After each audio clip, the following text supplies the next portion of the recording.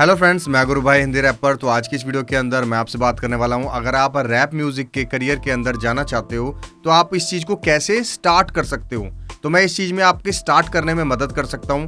तो हमें किन किन बातों का ध्यान रखना है और किन किन स्टेप्स के ऊपर फॉलो करना है और हम किस तरह से हम स्टार्ट से लेके एंड तक पहुंच सकते हैं। तो इस वीडियो को पूरा एंड तक देखना ताकि आप समझ पाओ कि हमें किन किन बातों का ध्यान रखना है। तो वीडियो को फटाफट स्टार्ट करते हैं। घर बैठा उसे छोड़ दिया कब तक मैं सहता, चला मरने जब मेरा मन बहका, अगर मर जाता घर पर कौन कहता कभी। इस वीडियो के अंदर मैं आपको कम से कम 15 स्टेप्स ऐसे बताने वाला हूं जिनकी मदद से आप अपने रैप करियर के अंदर थोड़ा सा बदलाव ला सकते हो।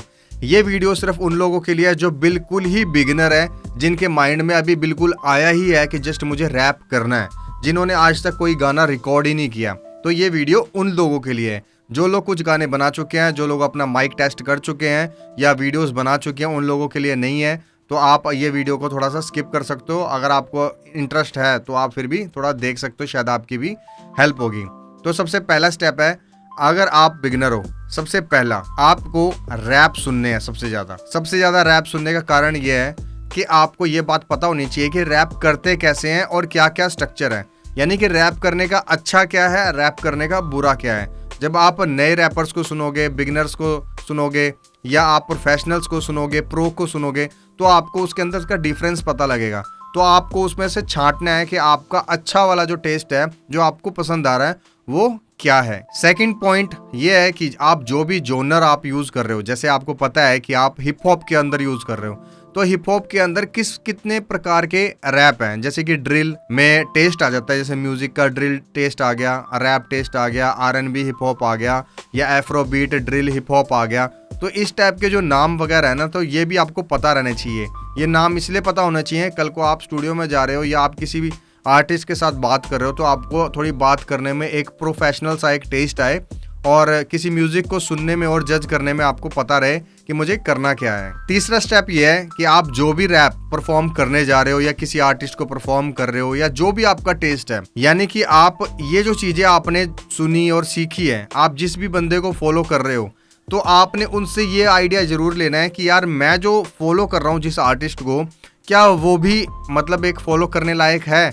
यानी कि आपको लग रहा है कि यार ये मेरे साथ चलेगा, या मैं जो अपनी नीति बनाता हूँ अपने माइंड में, वो मेरी नीतियों के साथ ये चलता है। यानी कि कहीं ऐसा तो नहीं है कि आप सोचते हो कि मैं इतना बड़ा करूँगा, पर जिसको आप फॉलो कर रहे हो वो शायद आपको डिग्रेड कर रहा है। क्योंकि म्यूजिक आर्टिस्ट के अंदर ऐसा होता है कई बार कि मान लेते हैं कि कोई बोहेमिया का फ़ैन है, तो जब बोहेमिया गाना निकालने लगेगा ना, तो अब दूसरे आर्टिस्ट जो होता है उसको एक पंप आता है कि यार भाई बोहेमिया बहुत अच्छे गाने निकाल रहा है, तो मेरे को भी यार गाने निकालने हैं क्योंकि मैं उसका फ़ैन हूँ, क्योंकि मैंने उसको फॉलो किया है। तो ये चीज़ इसके अंदर होती है। अगर आपके साथ नहीं हुई तो ये आने वाले टाइम के अंदर होगी। फोर्थ स्टेप है जिसके अंदर हमें चूज करना है टॉपिक। जब आपको ये सब पता लग चुका है कि पिछला काम मुझे कैसे करना है, तो अब रैप स्टार्ट करने के लिए आपको चाहिए टॉपिक। तो टॉपिक कोई भी आप चूज कर सकते हो। मैं सजेस्ट करूंगा कि आप सिंपल से टॉपिक को यूज करो जो आपकी रियल लाइफ के ऊपर है, क्योंकि इस रियल लाइफ के ऊपर अपने आप के ऊपर लिखना सबसे आसान है। या तो कोई लव सॉन्ग के ऊपर आप लिखो जिसमें आपका कोई कनेक्शन जुड़ा हो। फिफ्थ स्टेप ये है कि जो आप रैप लिख रहे हो उसके अंदर लिखते वक्त आपको कम से कम ये बात का पता होना चाहिए कि जो आप रैप लिखने जा रहे हो उसका क्या स्ट्रक्चर है, यानी कि वो कितने कितने दायरे के अंदर लिखा जाता है। क्योंकि पहले आपने जो म्यूजिक की एक नॉलेज ली कि एफ्रो बीट, ट्रैप बीट, ये सब क्या होती है, तो इसके अंदर आपको ये बात पता होनी चाहिए कि मैं जो रैप करने वाला हूँ वो किसके टेस्ट के हिसाब से है, यानी कि उसकी लाइनें कितनी है। क्या पता आपकी एक लाइन के अंदर एवरेज 7 अक्षर आते हैं, क्या पता आपके एक लाइन के अंदर 12 अक्षर आते हैं। तो आपको देखना पड़ेगा ये ट्रैप के ऊपर फिट हो रहा है या R&B हिप हॉप बीट के ऊपर फिट हो रहा है। तो उसी हिसाब से आप 4-4 लाइन लिख के आप अपने पूरे कर सकते हो, कम से कम 12 से 16 लाइनें, तो आप धीरे धीरे आगे बढ़ सकते हो। सिक्स्थ स्टेप के अंदर हम बात कर रहे हैं राइम्स के बारे में। जब आपने स्ट्रक्चर बना लिया, आपको पता लग गया कि मेरा ये स्ट्रक्चर होता है कि मुझे 12 लाइनें लिखनी है या 16 लाइनें लिखनी है, तो उसके लिए सबसे पहले आप ये भी एक आइडिया लगा सकते हो। अगर आपकी लाइंस नहीं बन पा रही है तो सबसे पहले आप अपनी राइम्स लिख लो, जो भी आपका टेस्ट होता है। राइम्स का मतलब है जो भी आपकी जुबान पे एक जैसे शब्द के सेम टेस्ट आते हैं।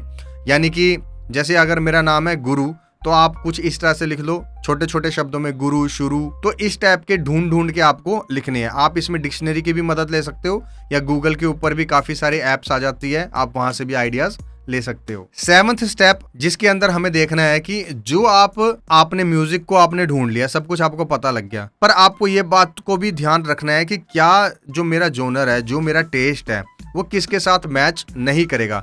यानी कि साउंड की एक पहचान करने की भी एक आदत बनानी पड़ेगी आपको कि अच्छी साउंड क्या है, बुरी साउंड क्या है। क्योंकि जब आप बिगनर होते हो ना, तो आप जो भी हल्का सा 2 लाइन भी अगर आप परफॉर्म करते हो, 4 लाइन भी परफॉर्म करते हो, तो आपको तो ये लगेगा कि मैंने बहुत अच्छा परफॉर्म किया क्योंकि आप बिगनर हो। पर एक्चुअली में जब आप प्रो बन जाओगे ना, जो आपकी बिगनर टेस्ट है वही आपको बेकार लगेगा। तो ये चीज के भी आपको ध्यान रखना है, क्या आपका जो टेस्ट है, जो आप धीरे धीरे स्टार्ट कर रहे हो, वो अच्छा है या नहीं। क्योंकि आपके लिए तो वो बेस्ट है क्योंकि आपने तो फर्स्ट टाइम किया है, पर जो सुनने वाला है वो तो क्या पता 10 साल से रैप सुन रहा है, उसको तो आपका गाना बिल्कुल जीरो लगेगा। तो इस चीज का भी आपको ध्यान रखना है। 8th स्टेप आ जाता है। 8th स्टेप के अंदर हमें रैप के साथ साथ कोरस भी बनाना है। कोरस यानी हुक लाइन। हुक लाइन के अंदर होता है जो हमारे गाने का मेन टाइटल होता है, वो भी आपको बनाने का पता होना चाहिए कि कैसे बनेगा।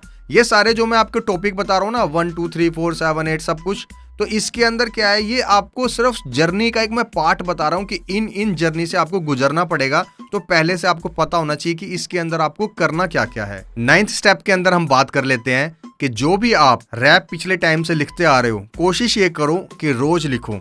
हो सके तो थोड़ा बहुत सुबह लिख लो, थोड़ा बहुत रात लिख लो। अगर आप जॉब करते हो तो जॉब के साथ करते रहो, अपनी जॉब को मत छोड़ो, अपना काम भी करना है। उसके साथ साथ आप रात को थोड़ा सा शांति के अंदर 1 घंटे का टाइम दो। अगर 4 लाइन भी लिख लेते हो तो थोड़ा सा एक महीने के अंदर 4 को अगर आप 30 से मल्टीप्लाई करोगे तो लगभग होगा 120। यानी कि आप एक महीने में 120 लाइन लिख लेते हो और आपको तो सिर्फ चाहिए 16 लाइन ही, तो आपका एक रैप तो बड़े आसानी से बन जाएगा 1 महीने के अंदर। ये इसका एक ट्रिक है। 10th स्टेप के अंदर हम बात करते हैं कि आप जो भी गाना लिख रहे हो तो उसके लिए आपको चाहिए बीट। जैसे मैंने बात करी, रैप बीट चाहिए आपको।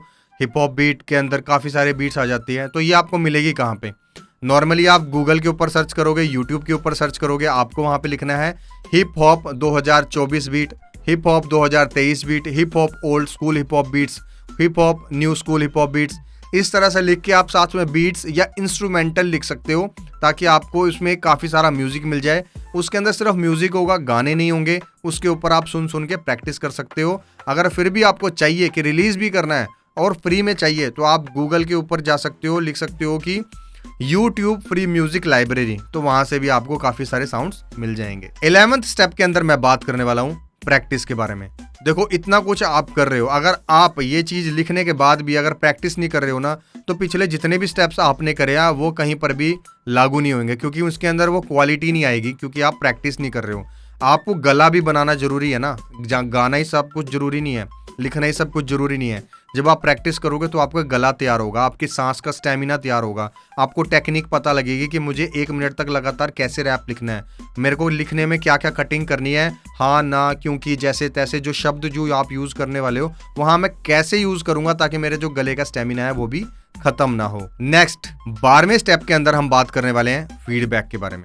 अब आपने इतना कुछ लिख लिया है तो आपको फीडबैक भी तो पता होना चाहिए कि आप भाई गलत कर रहे हो या अच्छा कर रहे हो। इसके लिए आप अपने आसपास के जो फ्रेंड्स हैं, जो आपके बेस्ट फ्रेंड्स हैं, जो आपको सही राय देते हैं, उनको सुनाओ, उनसे जज करो कि वो क्या करते हैं। और थोड़ा बहुत हो सके तो उन बंदों से ही राय लो जो रैप सुनते हो, यानी कि जिनका टेस्ट रैप वाला हो। ऐसा नहीं कि आप उनसे सलाह लेने जा रहे हो जो रैप सुनते ही नहीं है, जिनको पता ही नहीं है रैप क्या है। पर फिर भी जिनको नहीं समझ उनको भी सुना सकते हो अगर आपके पास कोई ऑप्शन नहीं है। पर अगर ऑप्शन है तो आप रैप वाले को सुनाओगे तो ज़्यादा बढ़िया रहेगा, क्योंकि वो आपको ज़्यादा अच्छे से गाइड करेगा। वो अपना टेस्ट, वो अपना आँखों का जो एक टेस्ट है ना, वो एकदम से बताएगा, यानी आप उसकी आँख पढ़ सकते हो कि उसे अच्छा लगा या बुरा लगा। नेक्स्ट स्टेप में आ जाते हैं 13वें स्टेप में, यानी 13th स्टेप्स के अंदर। अब हम यहाँ बात करने वाले हैं जितना भी आपने रैप बनाया, सुनाया, सबको थोड़ा सा कोशिश ये भी करो कि कुछ रील्स भी बनाओ, अपने वर्ल्ड में भी सुनाओ, यानी कि जो भी दुनिया है, जो आपके आसपास के सराउंडिंग है, उससे थोड़ा दूर भी। क्या पता आपकी ऑडियंस आसपास रीच नहीं कर पा रही है, पर जब आप ऑनलाइन डाल रहे हो ना तो बहुत ज़्यादा लोगों को पसंद आ रहा है, तो क्या पता वहाँ पर आपका लक साथ दे जाए और रास्ता थोड़ा सा निकलना शुरू हो जाए। अब हम बात करते हैं 14th स्टेप के अंदर। इसके अंदर आपने जो भी रैप परफॉर्म किया, स्टार्टिंग में आपने फ्री स्टाइल ट्राई करना है। आपने ये कोशिश करनी है कि भाई जो मेरे दिमाग में है ना सब मुंह से निकालते जाना है, जितना हो सकता है परफॉर्मेंस देते जाना है। ऐसा नहीं है कि आपको बेस्ट रैप परफॉर्म करना है, बेस्ट करने के चक्कर में जो आप कर रहे हो ना वो भी नहीं होता। इसका रूल यही है कि जब भी आप पहला गाना बनाने जाते हो तो वो पहला गाना आपका गाना नहीं होता, पहला गाना सिर्फ आपका टेस्ट होता है, तो पहले आपको टेस्ट क्लियर करना है, उसके बाद ही आपके गाने बनेंगे। अब हम बात करते हैं 15th स्टेप के अंदर, यानी कि 15वें स्टेप के अंदर। इसके अंदर आपने जो भी परफॉर्मेंस किया, सब कुछ किया, पर आपको एक बार लाइव परफॉर्मेंस के अंदर भी जाना चाहिए। लाइव परफॉर्मेंस के लिए आप जैसे कॉलेज के कोई भी फेस्ट होता है वहां पर जा सकते हो, कोई भी आसपास का कोई भी छोटा मोटा फंक्शन होता है या शादी ब्याह होते हैं वहां पर परफॉर्म करके ट्राई कर सकते हो, या तो आपके वहां पर कहीं ना कहीं एग्जीबिशन जरूर लगती होगी। तो एग्जीबिशन के अंदर जो इवेंट चल रहा होता है ना, वहां पर भी कई बार उन्होंने लगा रखा होता है टैलेंट हंट, तो वहां पर भी आप लाइव परफॉर्मेंस कर सकते हो। वहां से भी काफी अच्छी ऑडियंस मिलेगी।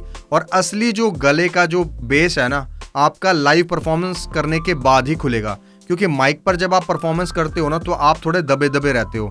जब आपको लोग दिखते हैं ना, जब आपको पता है कि मेरे से कम यार 50 फुट दूर लोग खड़े हैं, तब आप अपने गले से पूरा जोर लगाते हो ताकि आपको 50 फुट दूर जो लोग खड़े हैं वहां तक आवाज पहुंच सके।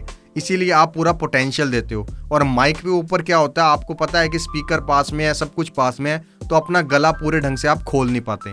तो ये भी आप ट्राई कर सकते हो, वहां से आपकी जर्नी बहुत अच्छी हो जाएगी।